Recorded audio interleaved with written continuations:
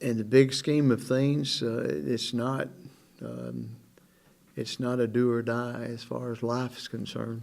As far as teaching and learning from these games, what we want to learn from them and what we want to teach about it, because football is a unbelievable laboratory about life, and so don't want to miss that part for the sake of chasing after a playoff berth.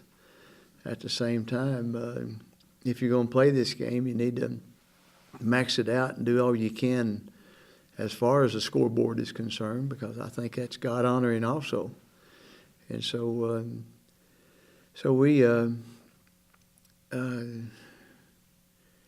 we're trying our best to get geared up to play a really good football team, and play a little better than we've played at times this year, including last week at times. And so we just want to, we just want to make every day count and make every practice count. I hope that's what we want to do. I know that's what I want to do, and looking forward to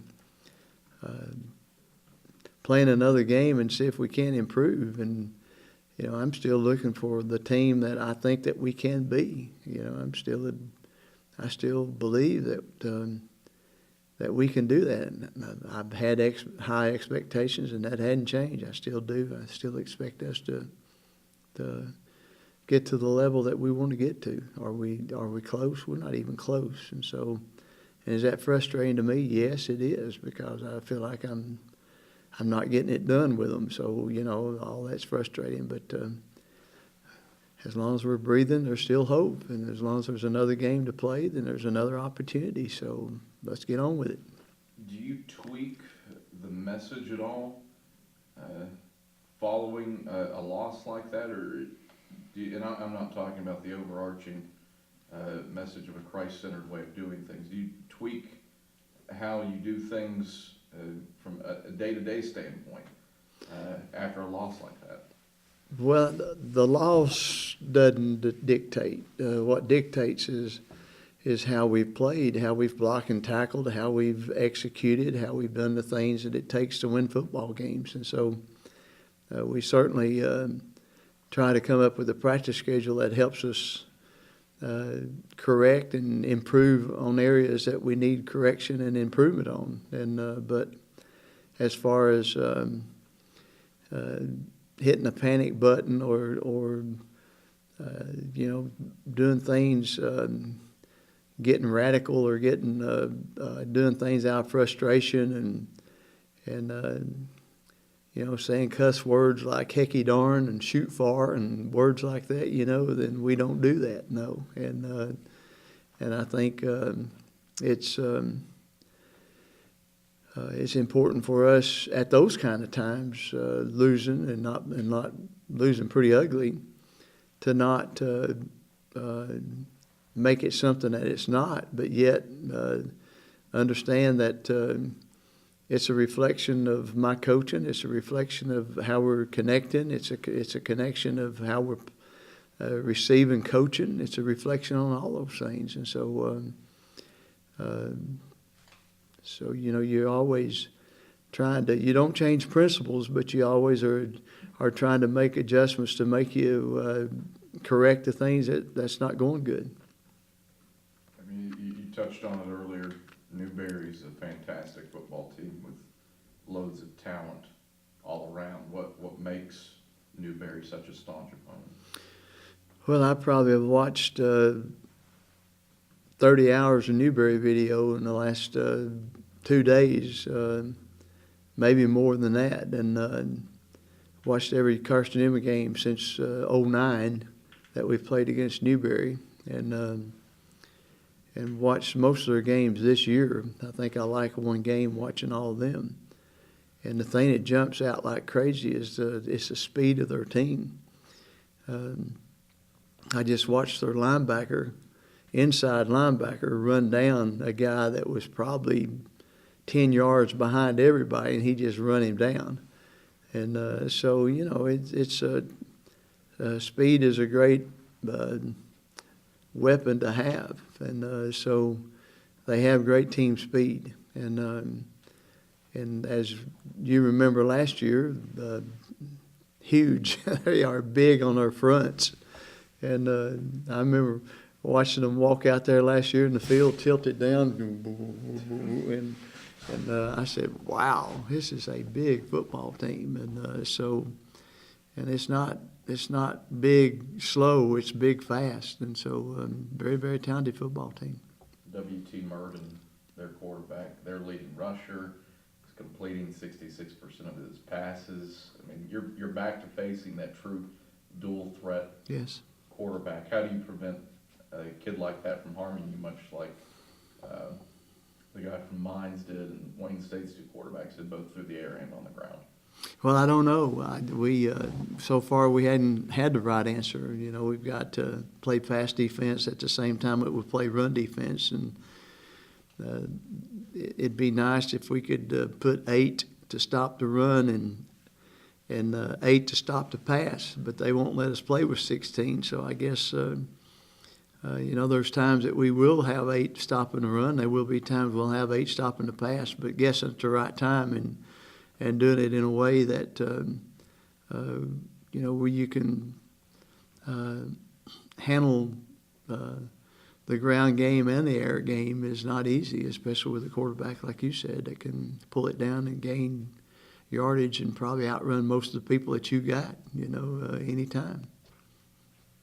Alex Taylor said the other day that practice this week's going to be a little bit different, at least in terms of how the players approach it. What does it mean to you to have some seniors and some leaders like that can go onto the field and kind of change the message on the field? Well, I hope that's true, and that's what I'm looking for. That's what I asked them to do, and we used some examples. Alex Good said something to the team about how we practiced when he was a player here, and and how intense it was, and how every day was an improvement day, and I hope they heard that message, because that's something that this team has not been real good at, and so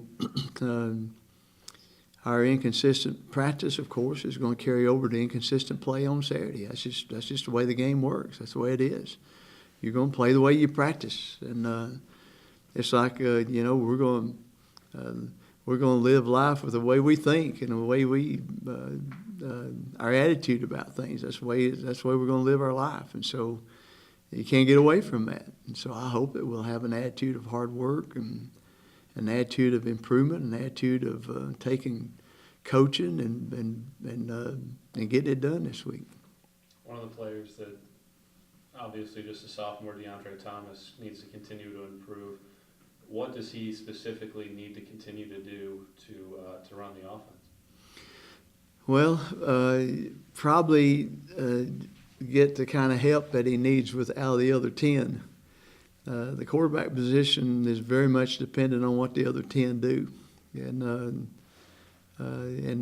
also the things that we ask him to do, we try to keep it simple. But an option offense and a progression passing game are pretty complicated, and it's not simple to spend a whole lot of time on the run game, which almost every run decision is made after the ball is snapped, and then every pass decision is made after the ball is snapped. And to spend time on both phases of that like you need to, there's not enough time in a day. And so for him to continue to grasp the concepts of what we're trying to do with the run and passing game is very, very important. And there's 2 or 3 things that just talked to him about today that I really want him to concentrate on to improve. And but at the same time, I've never seen anybody complete a pass on their back, and I've never seen anybody execute the run game when they're getting pushed back in the backfield. And that's happened to him quite a bit this year, and we've got to figure out how to keep that from happening, because we've got what I think is a great offensive line, and I think we've got running backs that can go, and we've been hurt, and we got a lot of people injured, and thank goodness those offensive linemen keep sucking it up and keep going. But we haven't had many receivers that we thought was going to play this year on the field. We hadn't had the running backs well at one time, hardly any this year. And so all those things are negative issues. Linebacker was one of the deepest positions on the team heading into this season. You had some injuries, some other circumstances. Talk about the play of Jacob Coleman, leads the team in tackles, and Jonathan Sykes coming back from his injury. Well, Jonathan Sykes was an unbelievable, gutty performance this past week when you've dislocated your thumb and pulled a ligament in your elbow. And to see how in fact, I think he tackled better than any game he's played. And what does that tell you? That tells you that he can't reach with his arm. He has to go hit people, and he did. And I'm so proud of him. And then Jacob Coleman, of course, is a guy that's going to find a way to get around the football and make plays. And the thing I like about Jacob, all 190 pounds of him, is that he brings a little powder with him, black powder that explodes and hits people. And that's,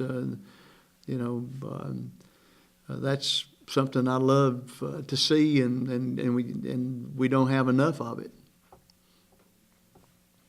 When you lose a game like you did on Saturday, are there instances in your career before where you've had a day like that where things just didn't go your way, and then you get it back the next week or the next couple of weeks, you start to change it back to what Carson football is? Any instances you can go back and think on?